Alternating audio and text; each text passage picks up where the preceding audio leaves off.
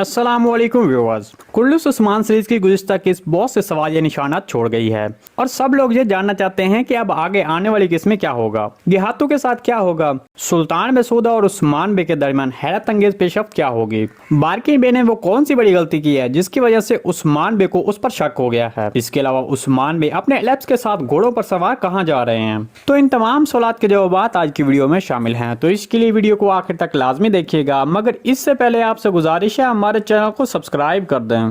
जैसा कि आपने वो मंजर देख लिया जिसका आप बड़ी बेसब्री से इंतजार कर रहे थे। उस्मान बे ने सुल्तान मसूद के सामने अपने दुश्मन वजीर आलम शाह का सर कलम किया। तो अब आगे उस्मान बे इस सूरत हाल को सुल्तान मसूद को कैसे समझाएगा, तो इसके बारे में आपको बता चलें कि उस्मान बे ने पहले से ही इसके मुताबिक अपना लाहे अमल तरतीब दे रखा होगा। उस्मान बे का वजीर आलम शाह को जल्द अज जल्द कत्ल करना इसलिए था कि वो सुल्तान मसूद के दिल में मजीद और न जहर भर दे, और दूसरा उस्मान बे का वजीर की असल हकीकत गेहातों के सामने लाने की असल वजह यही थी कि उसे वजीर की असल हकीकत का पता चल जाए, और जब सुल्तान मसूद और गेहातों का आमना सामना हो तो तब गेहातों सुल्तान मसूद को सच बताए। तो फिर आपने देखा कि उस्मान बे ने वजीर आलम शाह को सुल्तान मसूद के रोकने के बावजूद भी कत्ल कर दिया, और अब उसका अगला टारगेट गेहातों था। हमारे तजज़िये के मुताबिक यहाँ पर उस्मान बे गेहातों को ये कहेगा कि सुल्तान मसूद को वजीर आलम शाह की असल हकीकत बता दो, वरना तुम भी वजीर की तरह मारे जाओगे। तो इस तरह गेहातू सुल्तान मसूद को वजीर के गंदे खेलों के बारे में बताएगा, जिसकी वजह से गेहातू बच जाएगा।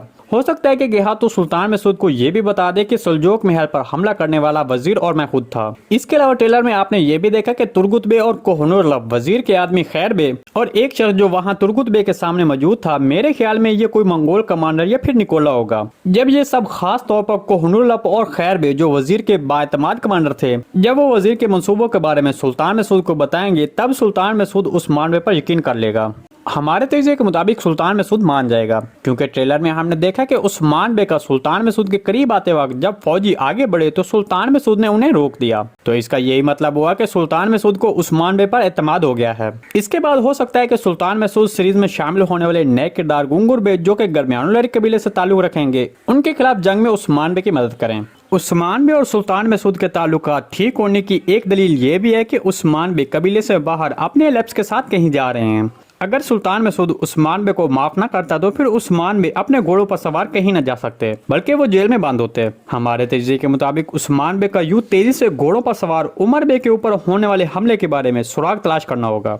ये फिर कहीं से कुछ न कुछ सुराग का मिल जाना होगा। जैसा कि बारकिन बे ने कहा था कि सरहद पर एक बड़ी मंगोल फौज है जिन्होंने हम पर हमला किया, जिसमें उमर बे शहीद हो गए। तो उस्मान बे इस बात के बारे में गेहातू से जरूर बात करेंगे कि तुम्हारी कौन सी बड़ी यूनिट सरहद के पास है, जिस पर गेहातू इसके बारे में इनकार करेगा।